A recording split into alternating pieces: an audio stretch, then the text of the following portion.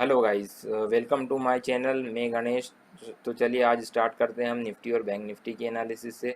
तो ये मैंने आपके लिए निफ्टी बैंक निफ्टी का चार्ट ओपन करके रखा हुआ है, डेली चार्ट।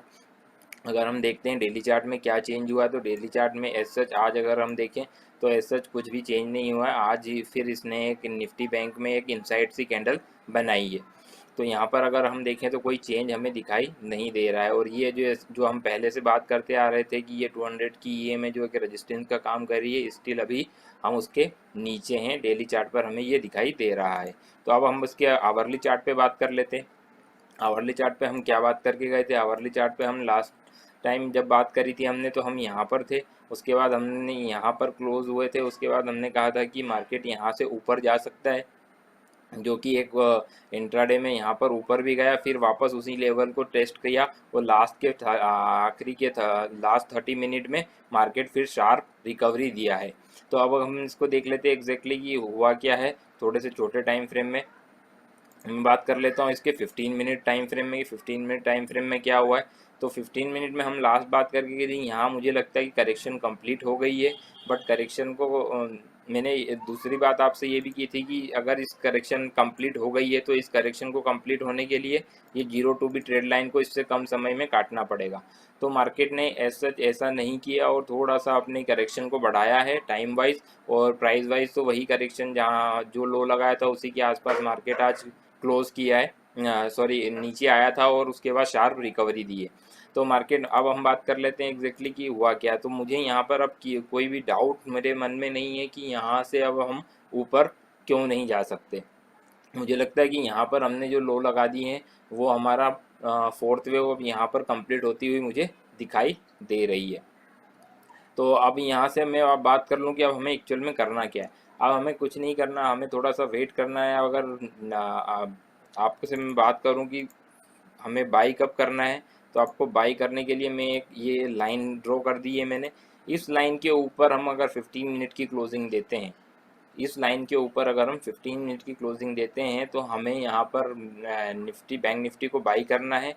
और आपका स्टॉप लॉस होना चाहिए इस लाइन के नीचे जस्ट 35,480 के आसपास का आपका स्टॉप लॉस होना चाहिए। और आपको यहाँ से बाई इनिशिएट करना है। तो जैसा कि हम पहले से बात करते आ रहे थे आपसे, आपको मैंने बताया था वेव स्ट्रक्चर में कि यही इन्हीं एरियो के आसपास मुझे फोर्थ वेव कंप्लीट होती हुई हो जानी चाहिए। तो ऐसा ही हमें अभी तक तो दिखाई दे रहा है। आगे क्या चेंजेस होते हैं वो हम फिर नेक्स्ट डे में या फिर आने वाले दिनों में देख लेंगे।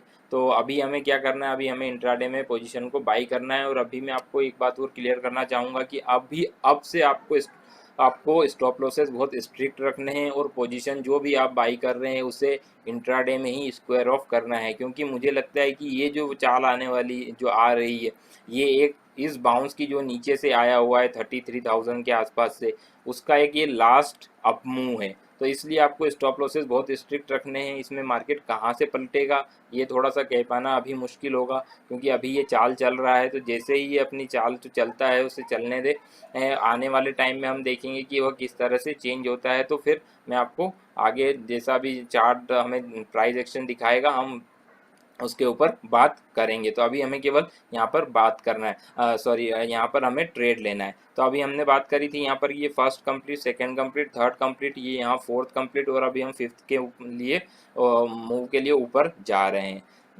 अभी अब मैंने आपको ये भी बता दिया कि 15 मिनट के चार्ट में इंट्राडे में हमें करना क्या है। अब हम बात कर लेते हैं निफ्टी के चार्ट में। तो निफ्टी के चार्ट में हम देख लेते हैं कि निफ्टी ने थोड़ा सा हमारे जो लेवल्स हमने डिस्कस किए थे उनसे, इंट्राडे के जो लेवल डिस्कस किए उससे थोड़ा सा नीचे आया है। बट कुछ दिनों पहले मैंने आपको बताया था कि अगर इन लेवलों के आसपास मार्केट किसी भी वजह से आ जाता है, मैंने यहाँ पर दो लाइन ड्रॉ करी थी आवरली चार्ट पर, इन लेवलों में अगर मार्केट किसी भी वजह से आ जाता है आपके पास में, तो हमें यहाँ पर बाई करना है। ये मैंने आवरली चार्ट पे कुछ इस तरह से लेवल्स डिफाइन किए थे, लाइन डिफाइन की थी आपके लिए कि इन लेवलों के आसपास कहीं भी आता हुआ दिखता है अगर, तो हमें यहाँ पर बाई करना है। तो मार्केट ने आज उन्हीं लेवलों को टेस्ट किया है और ऊपर आने की कोशिश की है। तो अगर हम मैं अब छोटे टाइम फ्रेम में बात कर लेता हूँ इसके कि आवरली चार्ट पे हमें क्या दिखाई दे रहा है। तो आवरली चार्ट पे जैसा हमने डिस्कस किया था, ये यहाँ फर्स्ट कंप्लीट, ये सेकंड कंप्लीट, ये थर्ड कंप्लीट, और ये यहाँ पर एग्जैक्टली हमें कल लगा था कि यहाँ कंप्लीट कर ली फोर्थ, बट फोर्थ उसने यहाँ पर कंप्लीट की है। क्योंकि अब छोटे टाइम फ्रेम में मैं आपको थोड़ा सा दिखाऊंगा कि यहाँ अगर देखें तो ये फर्स्ट, सेकेंड, थर्ड और फोर्थ में ये ट्रायंगल फॉर्मेशन कंप्लीट किया है और ये फिफ्थ वेव में फिर अब नीचे आया है। तो ये ए, बी और ये सी पूरा कंप्लीट किया है इसने। तो यहाँ फर्स्ट, सेकेंड, थर्ड और ये फोर्थ यहाँ पर कंप्लीट हुआ है, ऐसा मुझे चार्ट पर दिखाई दे रहा है वेव एनालिसिस के अकॉर्डिंग। अगर अब मैं 15 मिनट पे बात कर लूँ कि हमें क्या करना है, 15 मिनट पे हमारा क्लियर कट स्टॉप लॉस है, ये वाला हमारा क्लियर कट स्टॉप लॉस है यहाँ से 100 पॉइंट नीचे का। अगर डिप में किसी भी वजह से मार्केट यहाँ से 25-50 पॉइंट नीचे अगर आपको मिलता है तो यहाँ आपको बाई करने की कोशिश करना, और यही आपका सर्टेन स्टॉप लॉस होना चाहिए। क्लियर कट स्टॉप लॉस यही है, और यहाँ पर इंट्राडे में हमें डिप्स में बाई करने की कोशिश करना है। अगर मार्केट गैप अप ओपन होता है और अगर तो फिर तो हमें थोड़ा सा फर्स्ट 15 मिनट वेट करना है, उसके बाद ही हमें ट्रेड को इनिशिएट करना है। तो जैसा कि मैंने आपको इसमें भी डिस्कस किया था कि हम फर्स्ट, सेकंड, थर्ड, फोर्थ और ये फिफ्थ वेव में ऊपर जा रहे हैं। तो अब आने वाले टाइम में देख लेते हैं कि फिफ्थ वेव किस तरह से अनफोल्ड होती है। बट इंट्राडे में अभी हमें बाई डिप्स में बाई ही करना है, अभी हमें मार्केट को शॉर्ट नहीं करना है।